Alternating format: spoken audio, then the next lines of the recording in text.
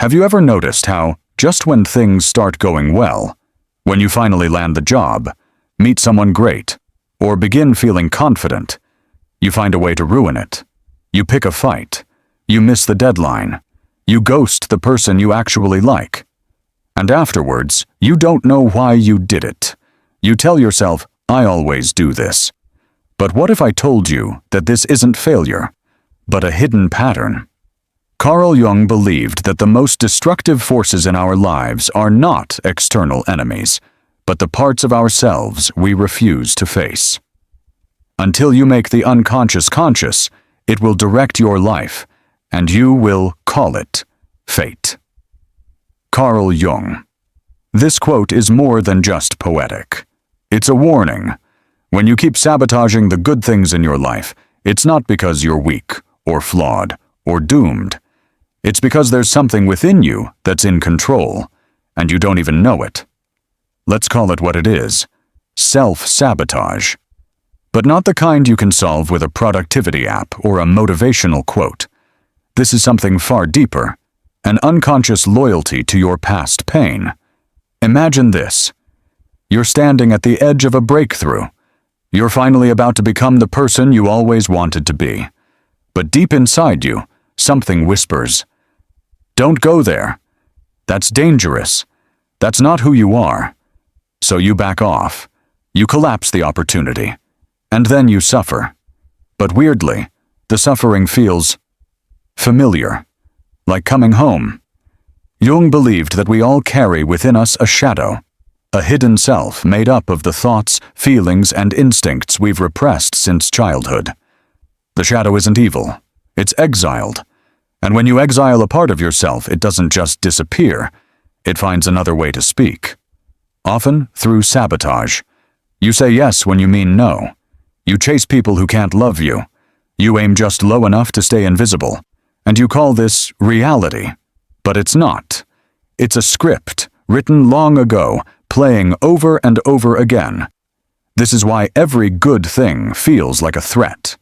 To the conscious mind, love, success, or joy should feel safe. But to the unconscious, those things represent vulnerability, risk, exposure. Because somewhere in your past, you learned that being visible meant being judged, that being loved meant being controlled, that being happy meant it wouldn't last. So you created a protection plan. You called it being realistic. You called it not getting your hopes up. But Jung would call it shadow behavior, a quiet rebellion from within. The problem isn't that you sabotage. The problem is that you think it's just who you are. But it's not. Sabotage is a language. It says, there's a part of me that isn't ready. There's a part of me I haven't met yet. The hidden pattern behind your sabotage is this. You think you're afraid of failing, but really, you're afraid of expanding into someone your old identity doesn't recognize. Jung called this process individuation, the journey of becoming your whole self, not just your socially accepted self. And guess what? Your shadow resists it. Because every time you move toward growth, you threaten the fragile system your psyche built to keep you emotionally safe. This isn't about logic. It's about survival. You're not broken. You're just protecting yourself with outdated strategies. And those strategies, those patterns of sabotage, are trying to tell you something. You're ready to evolve. But your unconscious hasn't caught up. This is where Jung's work becomes revolutionary. He didn't tell people to fight their darkness. He told them to befriend it, to listen, to learn, to integrate. Because when you do that, sabotage becomes a signal, not a sentence. So if you've ever asked, why do I keep ruining the good things in my life? Know this, it's not a flaw. It's an invitation. You might think self-sabotage is a sign that something is wrong with you. But what if it's actually proof that something inside you is working, just not in the way you expected? Carl Jung understood something few modern self-help gurus dare to say. Your most frustrating behaviors, procrastination, overthinking, running from love, are not random flaws. They are the result of an inner logic, a protective system that was built in childhood. And that system? It doesn't care if you're happy. It cares if you're safe. Let's go back, way back, to when you were a child. Back then, you didn't have power. You didn't have freedom. What you did have, though, was a sensitive, adaptive nervous system. One that was constantly scanning the environment for signals. What gets me love? What gets me rejected? What parts of me are too much? And so, like all of us, you began to adapt. You became who you needed to be to feel secure. Maybe you learned to be quiet to avoid punishment. Maybe you learned to please others to earn approval. Maybe you learned to stay small so no one would expect too much from you. In psychology, this is called adaptive behavior. But Jung would go deeper. He would call it the beginning of the split between your persona and your shadow. Now fast forward to today. You're an adult. You want love. You want success. You want meaning. But just as you get close to it, something inside panics. You suddenly feel tired. You say the wrong thing. You lose motivation. You convince yourself it wasn't worth it anyway. This is not weakness. This is your younger self trying to keep you safe using old rules. In Jungian terms, you are living in the tension between two selves, the persona, the socially acceptable mask you wear to survive, the shadow, the parts you had to hide to keep that mask in place. And here's the catch. When your present-day goals challenge the old rules that kept you safe, the shadow intervenes, not out of cruelty, out of fear. Let's use an example. Imagine a child who grows up with emotionally unavailable parents. She learns early on that needing too much love leads to pain, rejection, shame. So she shuts it down. She becomes independent. She never asks for anything. Fast forward 20 years. She's in a relationship. Her partner genuinely cares for her. But instead of feeling happy, she feels anxious. She starts overanalyzing, picking fights, questioning everything. Why? Because her unconscious mind has equated vulnerability with danger. Love equals pain. So when she gets close to real intimacy, the alarm bells go off. Self-sabotage kicks in, not to destroy, but to protect the child within. This is the paradox of healing. The moment you begin to grow, you awaken parts of you that don't want to change. Not because they're bad, but because they remember. They remember when being visible led to punishment, when speaking your truth led to isolation, when getting excited led to disappointment. So they sabotage your growth, not out of malice, but out of loyalty to an old survival strategy. Jung would say this: your psyche is not trying to hurt you. It's trying to remain whole. And until you bring awareness to this internal split, you will keep repeating the same patterns and calling them life. This is why self-sabotage is not just a habit to break, but a message to decode. It means there is a part of me that still doesn't trust joy. There is a wound in me that still believes success is unsafe. There is a child in me that thinks love will cost me everything. And here's the most difficult truth. You can't logic your way out of this, because the sabotage isn't happening in your rational mind. It's happening in your emotional body. So, what do? You begin by seeing sabotage not as failure, but as communication, a signal that you are hitting the outer limit of what your old self can tolerate. It's the moment where two versions of you collide, the version that survived and the version that wants to live. Self-sabotage then becomes a sacred threshold. It's the gate you must pass through to grow, and like all gates, it is guarded by fear, by memory, by shadow. Jung never promised that confronting your unconscious would be easy. He said it would be necessary, because as long as you remain unaware of what you're protecting yourself from, you will never feel truly free. The good news: you don't have to fight it, you have to witness it. In the next section, we'll explore the concept at the center of all this, the shadow, the part of you you've buried, and the reason it keeps rising. There's a part of you that you've spent your entire life trying to avoid. It's the part that's angry when you're supposed to be nice. The part that feels jealousy when you should feel happy. The part that secretly wants control, or recognition, or revenge. Carl Jung called this part the shadow. The shadow is a moral problem that challenges the whole ego personality, for no one can become conscious of the shadow without considerable moral effort. Carl Jung, in other words, this isn't light work, it's soul work, and it might be the reason you keep sabotaging the good in your life. So what is the shadow? Psychologically, it's everything in you that you've disowned, denied, or rejected in order to be accepted. Anger, neediness, lust, vulnerability, even ambition. From a young age, we all learn what's acceptable in our families, cultures, and religions, and to survive, we mold ourselves into that image. But whatever didn't fit that image, whatever was labeled too wild, too needy, too emotional, gets pushed into the dark. That's your shadow. It's not gone. It's just underground, waiting. Let's imagine a boy who's told, "Don't cry. Be a man." He learns to suppress sadness, fear, and vulnerability. Those emotions don't disappear. They just retreat into his shadow. Later in life, this same boy, now a man, struggles with intimacy. He can't open up. He feels numb. And every time a relationship gets too close, he pulls away or picks a fight.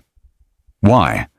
Because deep in his unconscious, vulnerability equals weakness, and weakness equals danger. That's the logic of the shadow. Here's the problem. The more you reject parts of yourself, the more power they gain, not in the light, but in the dark. Jung wrote that the shadow takes on a life of its own. That's why it shows up in your dreams, your projections, your habits, and yes, in your sabotage. You think you're sabotaging yourself, but really, a part of you that you never gave voice to is trying to act out, because it was never allowed to speak. The shadow doesn't just contain your bad traits. It also contains your unlived life, the dreams you gave up to be responsible, the anger you swallowed to be liked, the self-confidence you buried to stay humble. Every time you deny a piece of yourself to fit in, you feed the shadow. And when you try to step into a fuller version of yourself, when you reach for love, success, or purpose, the shadow resists. It says, "Who do you think you are? Remember what happened last time. This isn't you." And you believe it, because the shadow speaks in the voice of your past. This is why self-sabotage is so confusing. You think you're making a mistake. But what's really happening is a civil war inside your psyche. One part of you wants to grow. The other part wants to survive the old way. This is the shadow's game.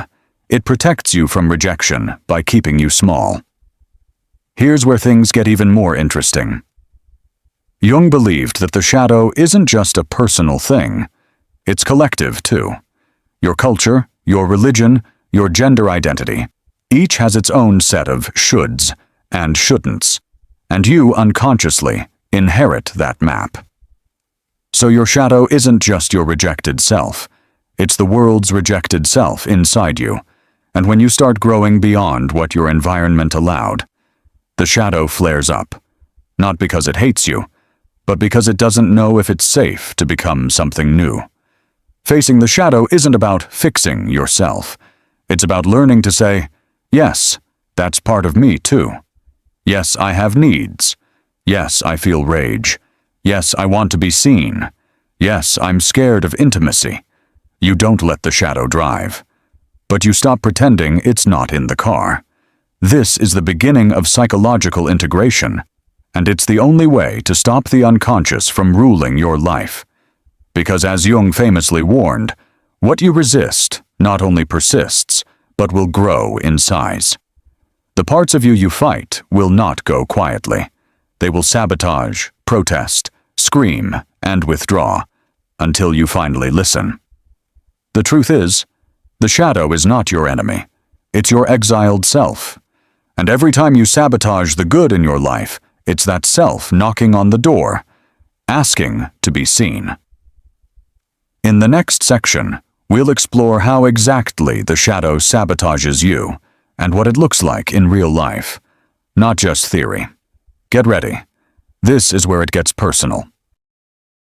Now that we understand what the shadow is, everything you've rejected, buried, or disowned, the question becomes, how does it sabotage you exactly?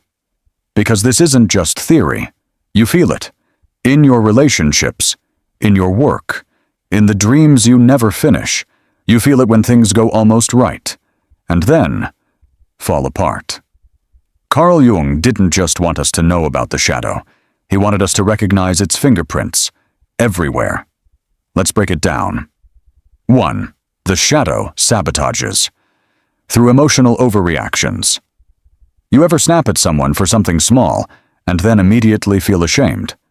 That's not just losing your temper. That's your shadow leaking out. The feelings you've suppressed, anger, jealousy, shame, don't disappear. They just build pressure, until eventually they explode. Jung said, "Until you make the unconscious conscious, it will direct your life, and you will call it fate." So when you blow up at your partner over a late text, or spiral into self-hate after a small failure, you're not reacting to the moment.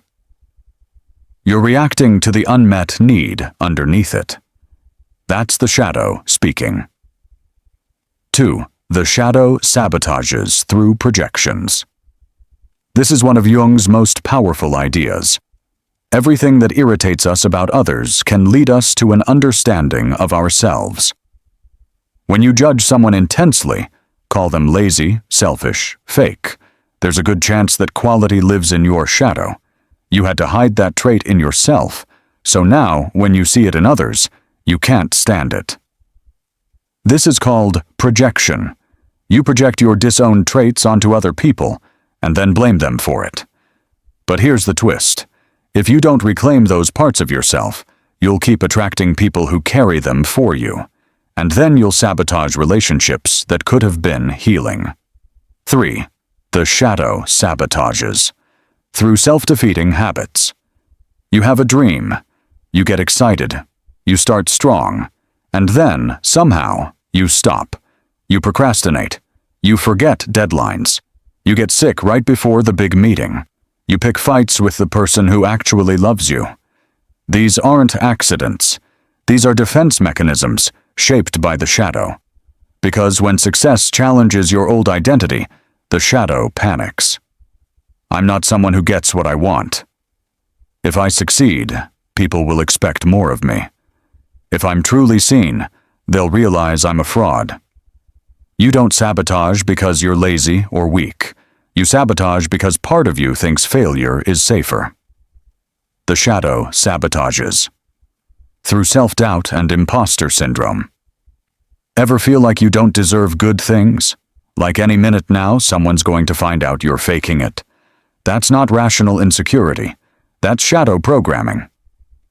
Somewhere deep inside, you carry the belief, I'm only lovable if I'm small. I'm only safe if I hide. Good things aren't for people like me. So when something good does come your way, your nervous system says, alert! This doesn't match our self-image. Sabotage immediately. The result? You quit before you begin. You downplay your wins. You disappear just as things get good. That's the shadow keeping your outer life small enough to match your inner wound. 5. The shadow sabotages. Through coincidence, Jung believed in what he called synchronicity, meaningful coincidences, but he also understood how the unconscious can orchestrate certain outcomes. Ever notice how you keep ending up in the same kinds of relationships, or the same job frustrations, or the same inner war, again and again? That's not random. It's your shadow choosing situations that confirm what it already believes. Love is unsafe. Success means abandonment. If I trust people, I get hurt. And if those beliefs go unchallenged, you'll keep walking in the same circle, calling it bad luck. The hidden message behind sabotage. Here's the most paradoxical part. Your shadow is sabotaging you in an attempt to protect you. Think about that. The part of you that ruins things isn't trying to destroy your life. It's trying to protect the identity that kept you safe as a child. The identity that learned to stay invisible. The one that earned love by pleasing everyone. The one that learned not to want too much. So when you try to break that pattern, when you ask for more, aim higher, or open up, the shadow resists, not because it hates you, but because it's afraid you'll lose the love you once earned by staying small. The question is no longer, why do I keep sabotaging? It's, what part of me believes this is the only way to survive? That question is the beginning of liberation, because once you see the shadow's hand in your life, you can stop fighting it and start healing it. And that's what we'll explore next. In the upcoming section, we'll talk about how to actually work with the shadow, not through force or discipline, but through deep integration. So far, we've seen how the shadow forms, how it operates, and how it silently sabotages our best efforts. But here's the truth Jung believed with his whole being. You are not whole until you embrace the parts of you you've disowned. Not erase them, not fix them, embrace them. One does not become enlightened by imagining figures of light, but by making the darkness conscious. Carl Jung. So what does it actually look like to heal the shadow? Not in theory, but in your real, messy, beautiful life. Let's walk the path to integration together. 1. Radical self-honesty. The first and hardest step is honesty. Not with others, with yourself. Can you admit, I sometimes feel jealous? I want to be liked, maybe even admired. I'm scared of being truly seen. I get angry. I crave power. I fear failure. Shadow work begins the moment you stop performing for some invisible audience. Jung said, "The privilege of a lifetime is to become who you truly are." But you can't become who you are until you admit who you've been hiding. This isn't self-indulgence, it's self-reclamation. 2. Witness without judgment. Once you've admitted your shadow, the next step is this. Don't fix it, don't shame it, just witness it. You say to your inner world, I see you. I'm listening. This alone can change your life, because so many of your self-sabotaging behaviors don't want solutions. They want attention. They want to know they're not crazy or bad or broken. They want to be seen. The paradox: when you stop fighting your shadow, it stops fighting back. Third dialogue. With the shadow. One of Jung's more radical practices was active imagination. He believed the unconscious could speak, if you were willing to listen. Here's a simple practice. Sit with a journal. Write from your ego, self, your everyday voice. Then respond from the shadow's perspective. You might ask, why do you sabotage me? And the shadow might answer, because I'm scared you'll outgrow the love we fought so hard to earn. It may sound strange, but this practice can unearth buried truths faster than 1,000 self-help books. Because the shadow isn't logical, it's emotional, and it holds the emotional truths of your childhood, your pain, your survival strategies. When you give it a voice, it gives you insight. 4. Look for the gold. Jung taught that the shadow isn't just darkness, it's also gold. The shadow is 90% pure gold. Carl Jung. What does that mean? It means the qualities you've suppressed aren't just dangerous, they're powerful. Your anger might hold your assertiveness. Your jealousy might contain a hunger for your own unmet potential. Your neediness might be the root of your capacity for deep intimacy. So the work isn't to kill the shadow, it's to mine it, to discover the gifts hidden inside the wounds. Because sometimes the trait that caused you shame as a child is the same one that will liberate you as an adult. 5. Integration, not elimination. There's a fantasy many people have. If I do enough work, I'll never feel insecure again. I'll stop sabotaging. I'll be enlightened. Jung would smile gently and say, "No, you'll just become more whole." The goal of shadow work isn't perfection, it's integration. That means you still feel fear, but it no longer drives you. You still get angry, but you don't project it onto others. You still feel like sabotaging, but you recognize the voice and choose differently. That's real power. Not control over your inner world, but relationship with it. 6. Compassion and commitment.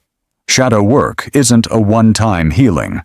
It's a relationship you cultivate across a lifetime.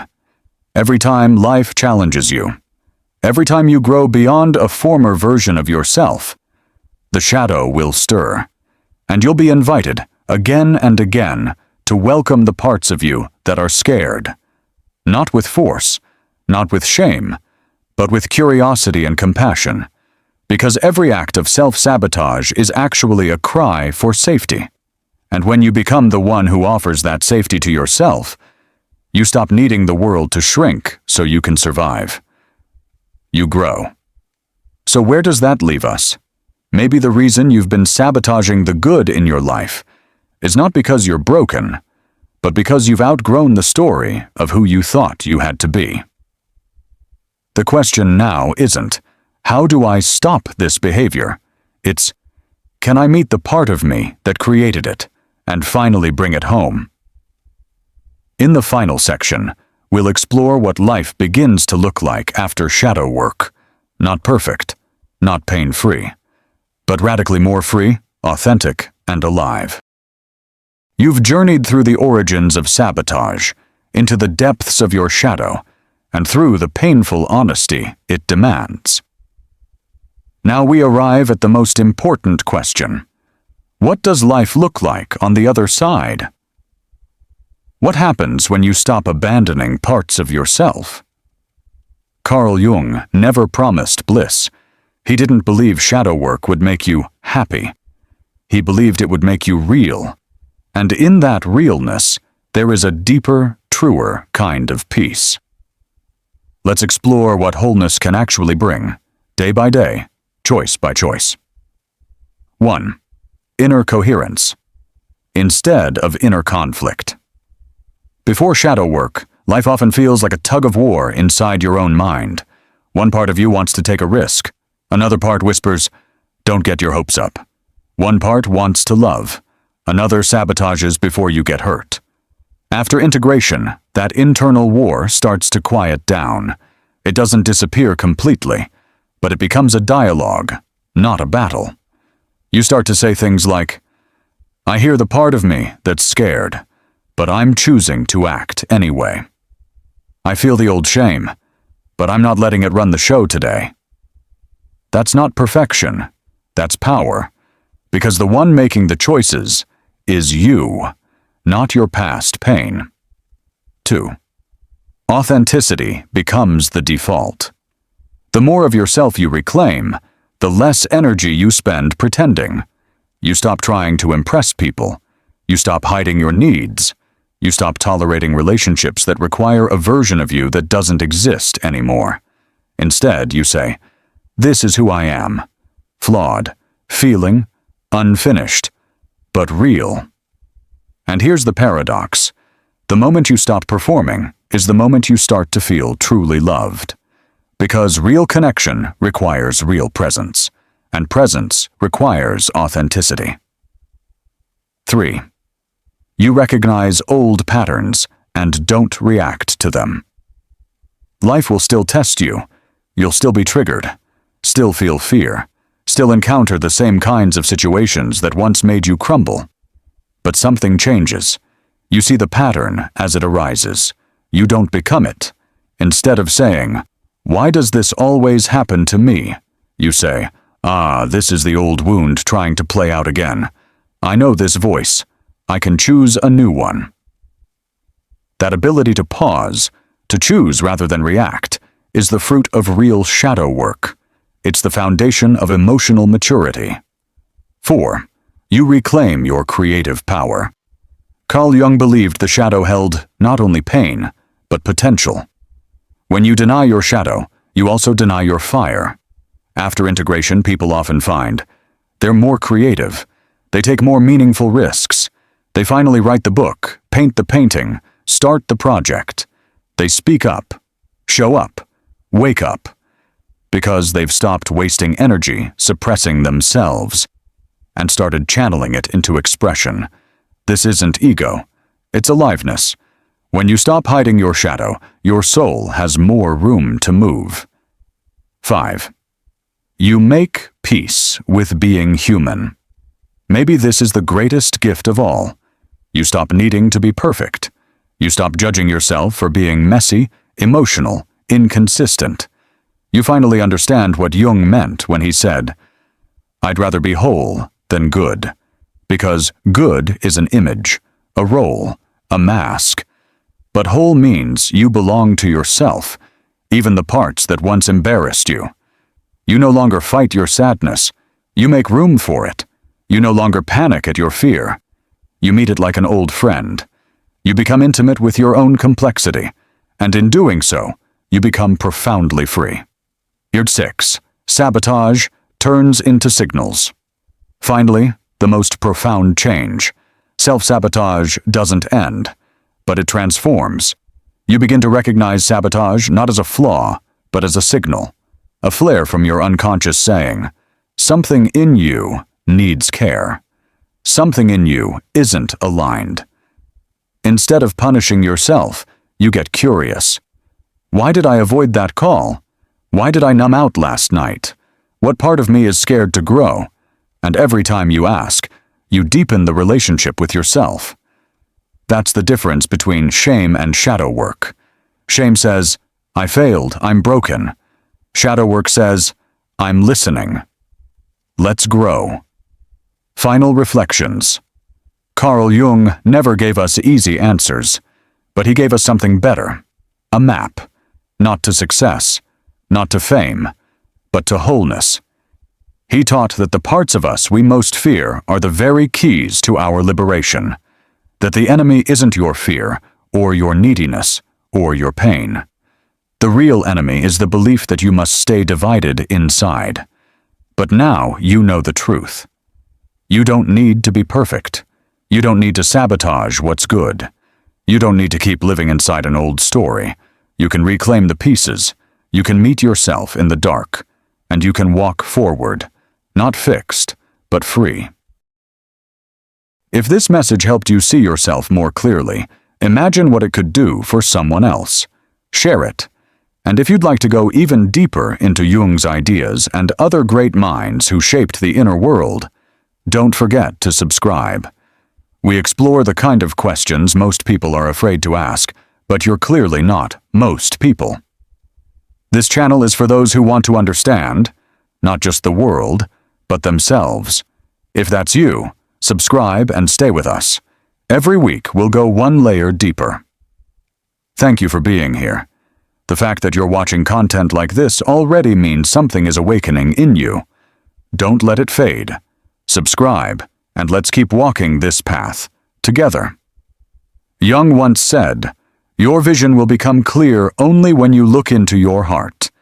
If you're ready to keep looking inward with us, click subscribe. We'll be here every step of the way.